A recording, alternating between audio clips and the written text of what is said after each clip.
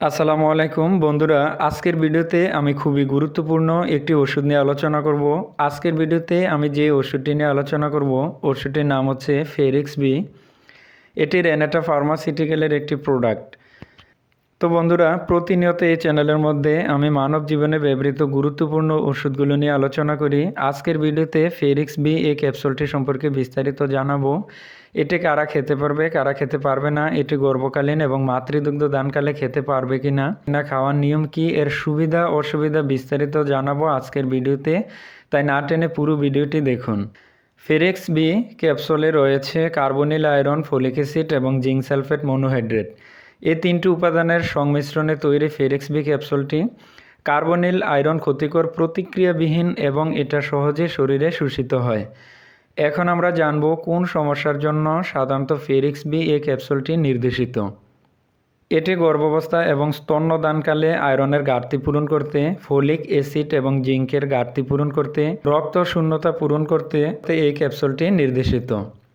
যে সমস্ত মেয়েদের শরীর দুর্বল, রক্ত শূন্যতার জন্য নিয়মিত মাসিক হয় না, এই ক্যাপসুল নিয়মিত সেবন করলে রক্ত শূন্যতা দূর হবে এবং নিয়মিত মাসিক হবে।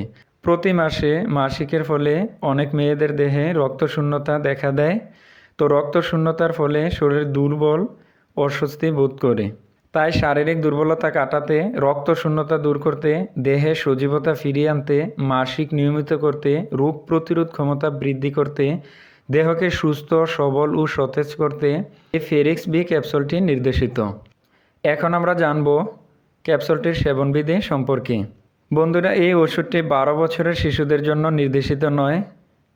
প্রাপ্তবয়স্ক রোগীর ক্ষেত্রে প্রতিদিন একটি ক্যাপসুল খাওয়ার আগে বা পরে যে কোনো সময় খাওয়া যাবে।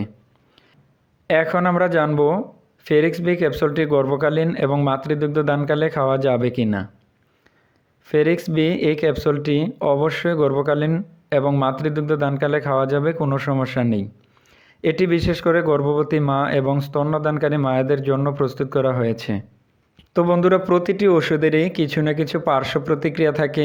অতিরিক্ত মাত্রায় ফেরিক্স বি এই ক্যাপসুলটি সেবন করলে কিছু সমস্যা দেখা দিতে পারে, যেমন বমি বমি ভাব, বমি, ক্ষুধামন্দা, কোষ্ঠকাঠিন্য, পেটের ব্যথা, ডায়রিয়া, পরিপাকতন্ত্রের জ্বালা পোড়া, এই ধরনের সমস্যা দেখা দিতে পারে। ফেরিক্স বি প্রতিটি ক্যাপসুলের বর্তমান বাজার মূল্য 5 টাকা। তো বন্ধুরা, এই ছিল ফেরিক্স বি ক্যাপসুলটি সম্পর্কে সংক্ষিপ্ত বিবরণ এবং প্রয়োজনীয় ইনফরমেশন। আপনি যদি এমনই ওষুধ সংক্রান্ত ভিডিও দেখতে পছন্দ করেন তাহলে আমাদের বিডি হেলথ কেয়ার ইউটিউব চ্যানেলটিকে সাবস্ক্রাইব করে পাশে থাকা বেল আইকনটি প্রেস করে দিবেন পরবর্তী ভিডিওগুলো দেখার জন্য। আর যারা ইতিমধ্যে সাবস্ক্রাইব করেছেন তাদেরকে অসংখ্য ধন্যবাদ। ওষুধ সবসময় শিশুদের নাগালের বাইরে ঠান্ডা ও শুষ্ক স্থানে রাখবেন। ফার্মেসি থেকে ওষুধ ক্রয় করার সময় অবশ্যই ওষুধের মেয়াদ দেখে ওষুধ ক্রয় করবেন। আপনি যদি অন্য কোনো ওষুধ সম্পর্কে জানতে চান তাহলে কমেন্ট করে ইংরেজিতে ওষুধের নাম লিখে দিবেন। আমরা পরবর্তী ভিডিওতে সেই ওষুধের বিস্তারিত তুলে ধরার চেষ্টা করব। ভিডিওটি ভালো লাগলে লাইক করে দিবেন, কমেন্ট করে মতামত জানাবেন এবং বন্ধুদেরকে শেয়ার করে দেখার সুযোগ করে দিবেন। দেখা হচ্ছে পরবর্তী ভিডিওতে। সবাই ভালো থাকবেন, সুস্থ থাকবেন। আল্লাহ হাফেজ।